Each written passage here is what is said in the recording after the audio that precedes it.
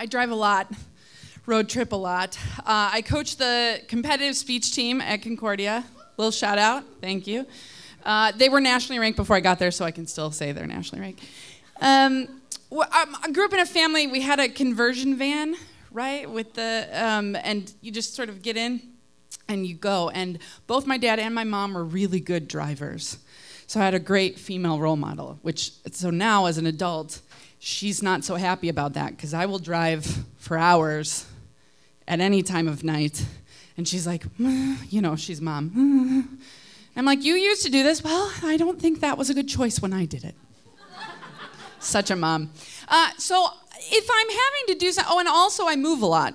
So I, grew up in southern Wisconsin in a town of like 600 people and just couldn't, I said to my mom in 6th grade, I'd like to go to college. She said, I think that's a good choice. I said, no, I mean now.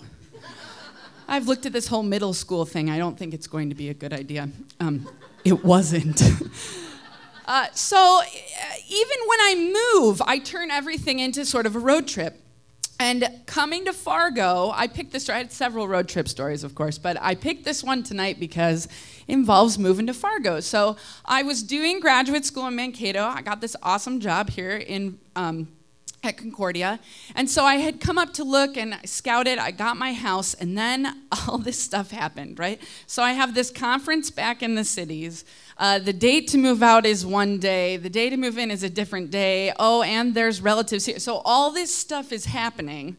And so I just make a giant road trip about it. I figure out, I'm single at the time, and so the only person you can ask to drive your car while you drive the U-Haul, because you don't have any money because you just graduated, your master's program, is your mother.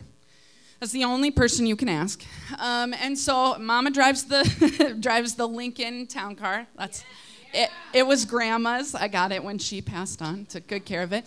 And old people, I used to live in Wheaton, Illinois, and old people used to give me dirty looks. They'd look at the car, they'd glance at the car, and then they'd realize I was driving it. This 23-year-old brat, and they'd be like, oh, so Mama's driving the town car, I'm driving the U-Haul, and here's the plan, okay? Mom takes the bus, the mega bus from Wisconsin.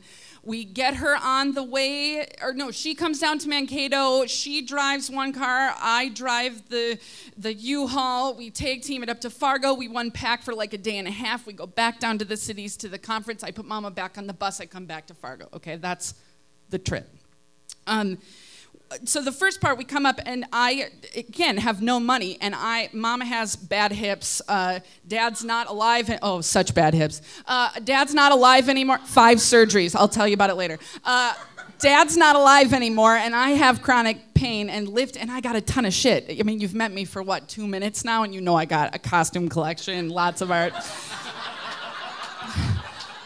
So I hired men off of Craigslist. No, it was fantastic. I would give you their number. They were wonderful. They were professional. They showed up. And basically, they're people who have, low-paying jobs, want to make some extra money, and they're basically like, we're big men who can lift things. And he says, how many people you think I need? I said, well, this is about how much stuff I had. He said, great. And I did it the last time I moved, too, because it went so well. They showed up. They're sort of hulking. Actually, two of them used to be bouncers at Dempsey's. I ran into them, months later. They didn't recognize me. I recognized them because they carried all my stuff inside, and I just kept being like, thank you. Do you want a soda? Thank you. And I don't remember what I paid them. It was not very much. And they were very happy, and I was very happy. But the best part of that part of the story is that I have a lot of nude art. So they're bringing in my art, and my mother is mortified, right? Because I have not wrapped it. It's not in a box. They're just bringing it off the truck and laying it up, and there's my naked body. Oh, some of it's meat, right? So there's I used to model in college. So for art classes. And so there's this beautiful picture of me that 13 different hands did as a gift for model. It was awesome, and my mother's just more turn that around. I'm like, it's fine, Ma. And she had the same Craigslist reaction that you all had. So that part goes okay. We go back down to the cities. I go to the national slam competition. Anybody do slam stuff? Oh man, we got to see just tons of people on stage, and Chris O'Keefe was there, Taylor Molly was there. It was fantastic. Now her name's blanking. All the Minneapolis poets were there. What is her name? So I'll think of it. Okay, so we go to that, we go to the conference, and then also, because I'm moving to Fargo, North Dakota, I just buy tons of stuff. Like, we don't have an Aldi here, and Aldi has the best olives in the whole world, so I bought like 24 jars of olives. They have the cheapest canned chicken, so I bought, that shit lasts forever, so I bought 40 cans of chicken to make chicken salad. And so I have all of that, and then my friend got me a reasonable TV, so I have like a 500, it's worth way more than that, so I have hundreds of dollars a TV. I have and then we went to IKEA, right?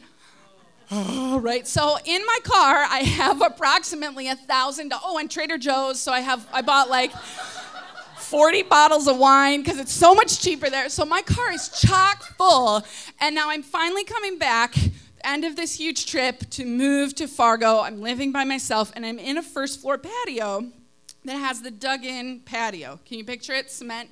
So if you walk out the door and you walk up to the grass kind of hits you here. You got to walk down the steppies, right? And I moved into that place because it was half a block away from my only real friend here at the time, whose job I was sort of taking over. That's a different story. So the plan is I'm gonna come home. It's like 7 o'clock at night, finishing this huge, exhausting, moving. I said goodbye to all these people, super sad. And I have to unload all of my stuff, and then I'm gonna go to Holly's and I'm gonna drink wine. That's the plan. I get home, I pull in, and I start to open like the 4 doors that get you into the apartment building and get you in and stuff, and I'm gonna unload through my patio because that's the easiest way. So I open my door, and in the corner of my cement patio are 2 tiny baby bunnies, not moving. And if you hear me tell stories at all, you'll know I have a large connection to death and things dying, and so this is like not a good omen for me. I'm like, first night, alone, dead bunnies, not okay. So honestly, I don't know why, my first reaction was, who put dead bunnies in my patio? Who did this? This isn't funny. Why? I'm exhausted. What's going on? So I call Holly, and because she's the only person I know, I'm like, did you do that? Did you bring me bunnies? And she's like, what? No? So then I call my only friend who has rabbits. She doesn't answer because I don't know what to do with them.